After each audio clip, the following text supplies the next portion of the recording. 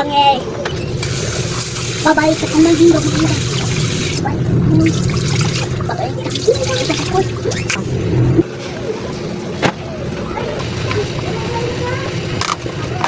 Tunnel. Oi. Hey, boy. Hey, what? What?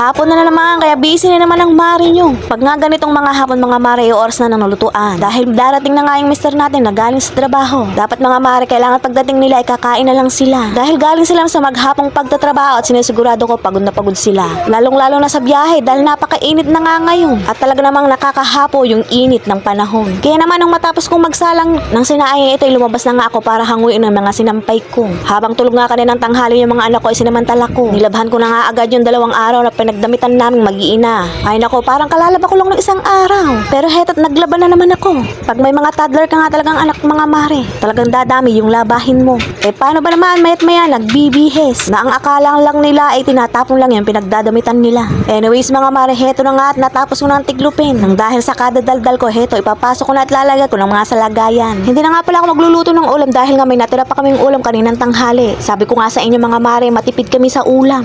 At meron pa nga natira kaninang adobong manok. Kaya yun na lang yung uulamin namin pagdating ni mister, pagkakain na nga kami. Pagdating nga ni mister galing trabaho, eto sabay-sabay nga kaming kumakain. Magpapahinga muna nga siya ng bahagya. At ayun, magsasandok na nga ako ng hapunan namin. Anyways mga mer, heto na naman tayo sa mga laruan ng mga anak ko. Itinapon ko na nga yung ibang hindi nila ginagamit at nilalaro. Tapos eto na naman tayo, para na naman tayong binagyo yung loob ng bahay namin. Nako talaga, ganyan talaga pag may mga toddler. Mayat maya ang kalat ng bahay nyo. At mayat maya, lilinis na naman ako. Itinapon ko na nga yung iba dahil sira na. Aba, ginagawa na ba naman nilang baseball? Kung makabalibag ng laruan, wagas. Tapos pala mga mare, naalala ko may pinag-irihaan pala yung mga anak ko kaninang tanghali, kaya heto't binaglawan ko na. O siya mga mare, dyan na nga kayo, bye-bye! Hindi ka na nga mahihirapan sa pagbubuhat ng timba pag magsasalin ka sa washing machine. Dahil mas mapapagaan na yung paglalaba mo.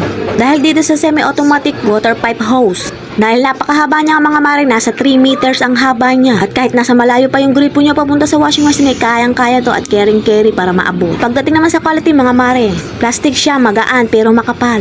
At swak na swak para sa mga washing machine nyo. At kagandahan mga mare, kung sakaling nga maluwag sa gripo nyo, ito nga may pampahigpit.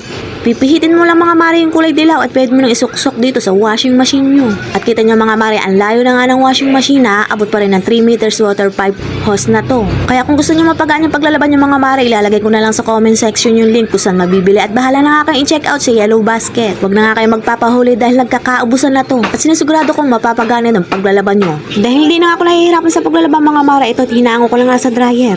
Konti lang naman to. 1 araw na pinagbihisan namin, mag-iina. Kaya heto't wala pang kalahating oras, ito't sasampay ko na nga. Malaking bagay nga natutulong itong hose na to. At ngayon nakakasave pa ako ng oras. At lalong-lalo nang hindi pa ako magsasali ng patimba-timba dito sa washing machine. Less pagod na at may time pa ako para magpunas nito at maglinis ng aking washing machine. O siya mga mare, patapos na yung video ko at hindi pa nakakapag-follow, mag-follow ka na. At baka naman pwedeng pakiwanan ng isang heart dyan o isang like. At pwede din namang ma-share. At habang naglilinis nga ako dito, ginugulo na naman ako ng bunso ko. Pinilit ko na tapusin kasi may magagawin pa akong iba sa loob ng bahay namin. O siya, dyan na nga kayo. Bye-bye!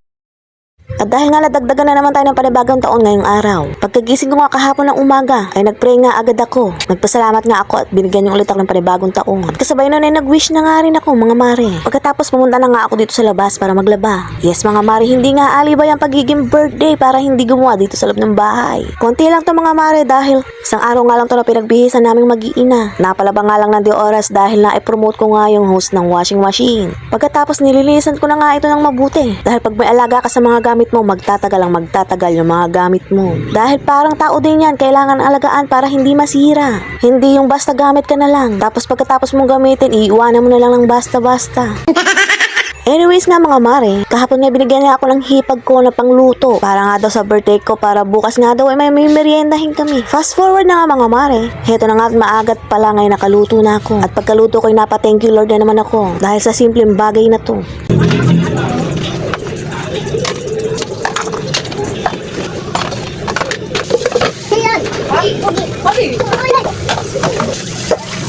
Maraming salamat po pala sa hipag ko na nagbigay ng aking panghanda. O di ba? Meron na tayong konting pagsasalo-saluhan. Hindi ko na nga po na-videohan yung aming pagkakainan dito sa labas. Pero masaya po ako ngayong araw na ito. Pero pagkatapos eto, hugas na naman ang mga pinagkainan at pinaglutuan.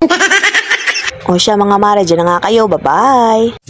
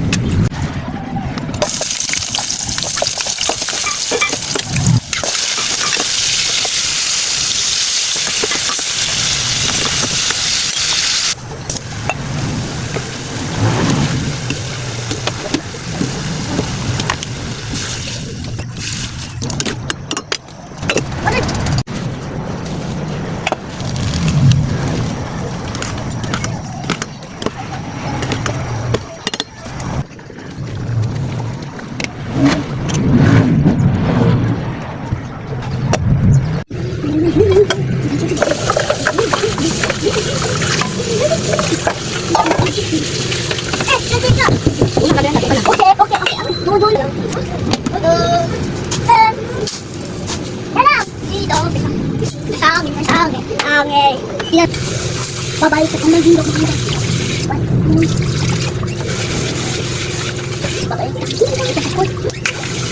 Palugo, Dandy.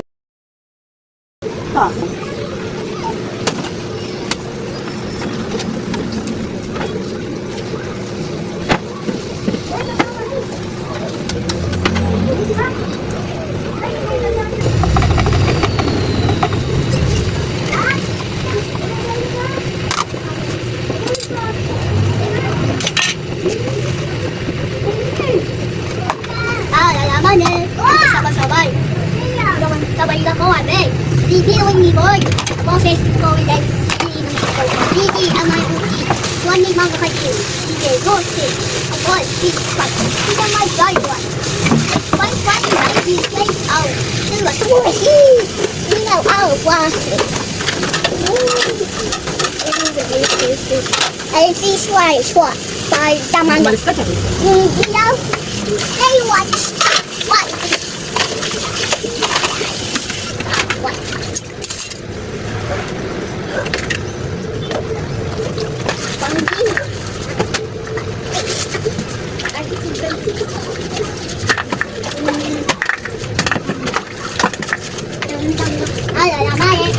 Sabay ko, tingnan na lutuan ko. Isi-isi naman. Hindi guys. Para isi.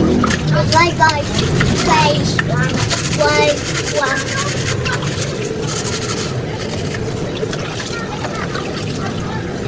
Diba po? Kaya nabayin. Okay, diba? Diba?